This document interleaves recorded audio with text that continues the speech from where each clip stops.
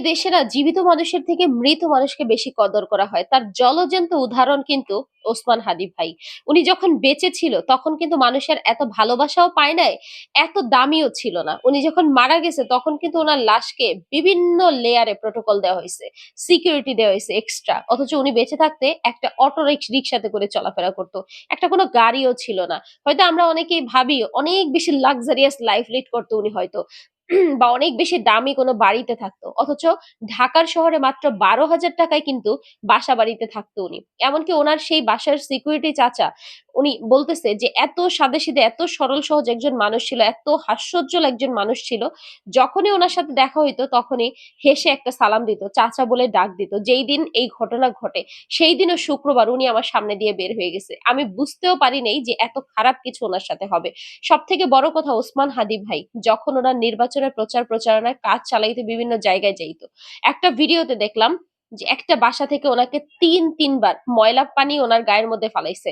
উনি হেসে, হেসে বারবার বলতেছিল যে, "আপনারা আরো ময়লা পানি ফেলবেন? ফেলেন। আপনারা যদি ময়লা পানি দিয়ে আমার গায়ে খুশি থাকেন তাহলে আমিও খুশি থাকবো।" একবার চিন্তা করেন কতটা ধৈর্য, কতটা ভালো মানুষ হইলে একজনের গায়ে ময়লা পানি ফেলছে তারপরেও সে রাগ কন্ট্রোল করে কত সুন্দর করে হেসে হেসে কথা বলতেছে। আপনার আমার সাথে এই ধরনের সিচুয়েশন যদি হইতো আমরা কি করতাম ওই জায়গায়? যাই হোক ওসমান হাদি ভাই সত্যি কথা মরে গিয়ে মানুষের ভালোবাসা অর্জন করছে। উনি বেঁচে থাকলে হয়তো এত ভালোবাসা মানুষের পাইতো না। এমনও ভিডিও দেখছি, এমনও ফটো দেখছি। সবাই বলতেছে ভিক্ষুকের মতো আর হচ্ছে কাগজ নিয়ে পেপার নিয়ে কেউ মসজিদের সামনে দাঁড়ায় থাকবে না, বলবে না আমাকে একটা ভোট দিয়েন।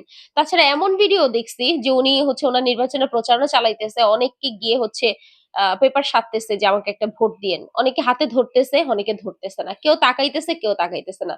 তাহলে একবার চিন্তা করেন যে লোকটা বেঁচে থাকতে তাকে কতটা মানে তুচ্ছ তাচ্ছিল্য আমরা করছি। অথচ মরে গেছে তার জানাজায় মানে সম্প্রতি এত বড় জানাজা হইছে কিনা কোথাও বা এত মানুষের এত বেশি মানুষের জানাজার সাক্ষী হইছে কিনা ইদানিং সময়ে মানুষ মনে করতে পারতেছে না।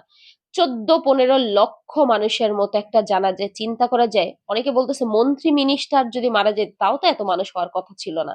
এই সব হইছে ভালোবাসা। সে এমন ভাবে মানুষের মনের মধ্যে জায়গা দখল করে ফেলছে, এমন ভাবে মানুষের ভালোবাসা অর্জন করছে। এই ভালোবাসার টানে যে যেইখান থেকে পারছে সেখান থেকে ছুটে আসছে। তাও তো অনেক জেলা থেকে মানুষ আসতে পারে না। ঢাকার ভিতরের মানুষগুলা এগুলা। যদি সময় নেওয়া হইতো, সময় দেয়া যাইত তাহলে আল্লাহ জানে যে এই বাংলাদেশে ১৮-২০ কোটি মানুষের মধ্যে ওসমান হাদির জানাজায় কত কোটি মানুষ হইতো। তাছাড়া উপর থেকে তাকাইলে পাখির চোখে যদি আমরা দেখি মানুষগুলাকে পিঁপড়ার মতো দেখা গেছে। এত, এত মানুষ কোন নির্বাচনী প্রচার প্রচারণায়, কোন আন্দোলন, কোন মিছিলও হইছে কিনা সন্দেহ। সবই আল্লাহর রহমত, আল্লাহর কুদরত। আল্লাহ তাকে বেহেশতের উঁচু মাকাম দান করুক।